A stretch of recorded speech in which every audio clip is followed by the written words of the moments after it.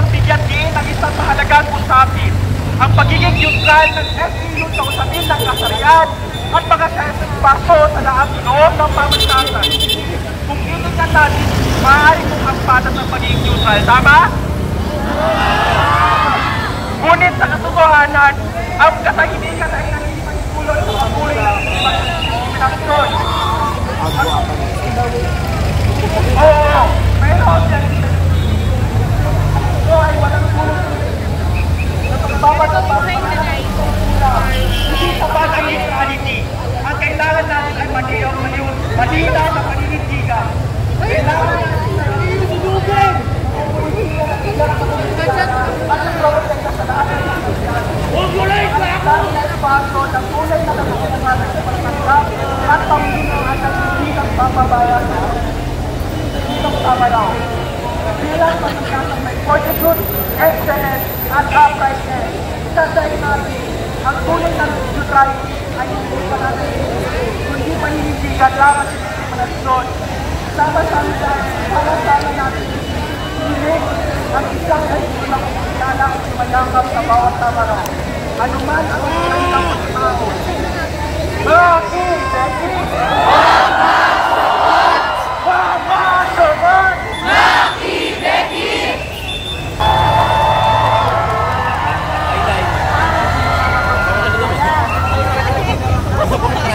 Parang portfolio na. Kaya,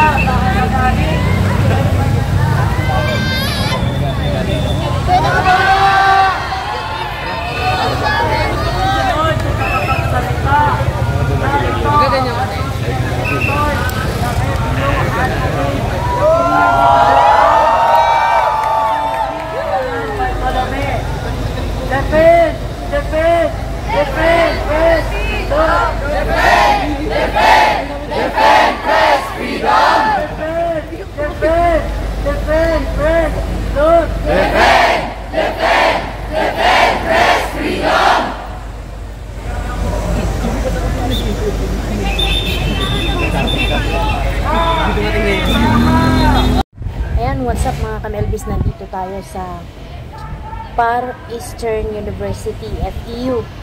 Sa harap po tayo ng Gate 4 na kung saan ay nakikita po natin ang mga estudyante na sa kasalukuyan ay nagrarally. Today is September 29, umaga po, 10 o'clock in the morning. At ito pong espasyo dito, half po ng kalsada. Pero nakakadam pa naman yung mga sasakyan. Dito po sila nagrally.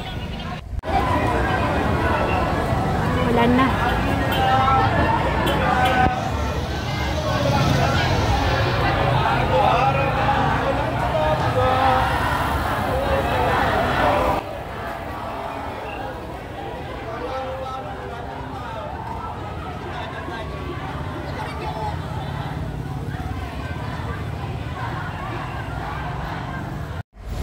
Ayan mga kababayan, bumuhos na po ang ulan.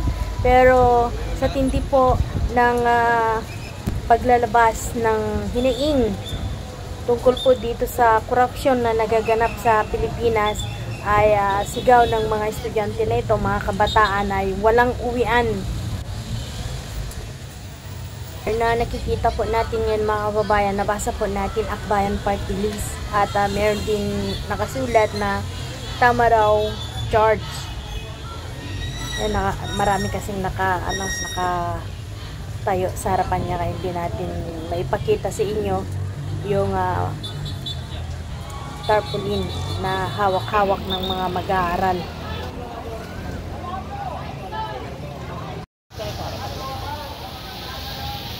So ito, nakapayong po yung mga mag-aaral at pansin-pansin po dito itong hawak nila na placard dito, trapo na may drawing na may imahe ng buhaya.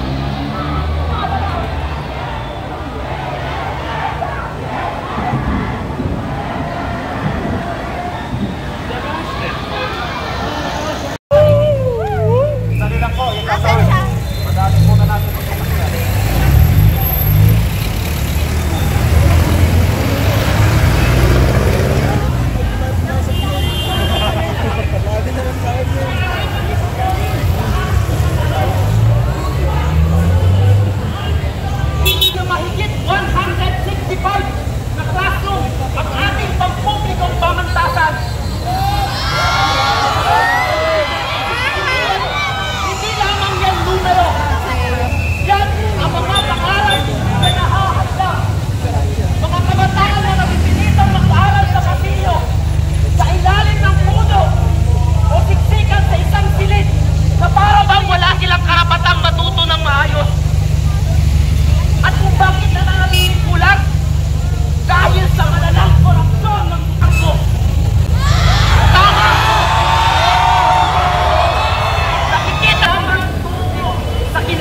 pamamayasan ay nagiging hadlang dahil sa maling pamamalakad.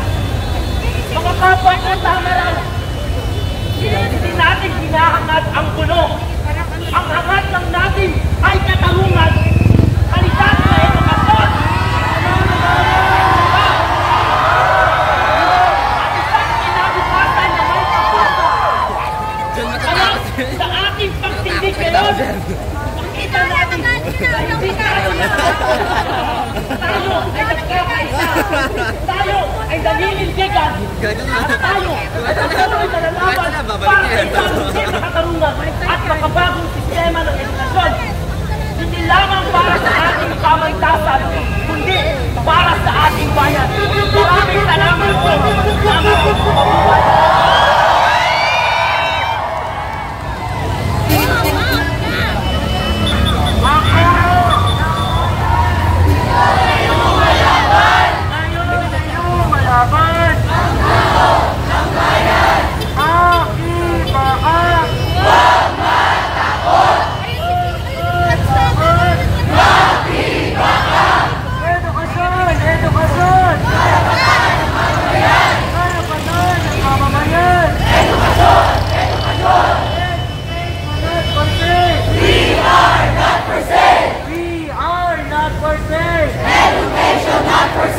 Maraming salamat, Lester, sa iyong kritikal. Gusto na meron tayo. Walang nangalan na tayo. Ipasa na ng iba. Isilap na nga sa buhay. Nanoon na iba. Lumulabog na nga ang tahanan. Nasaan ang pagkulawa sa iyo. Umagawa na kami mga lumulubog na ang tahanan namin. Iisipin pa namin ang online classes.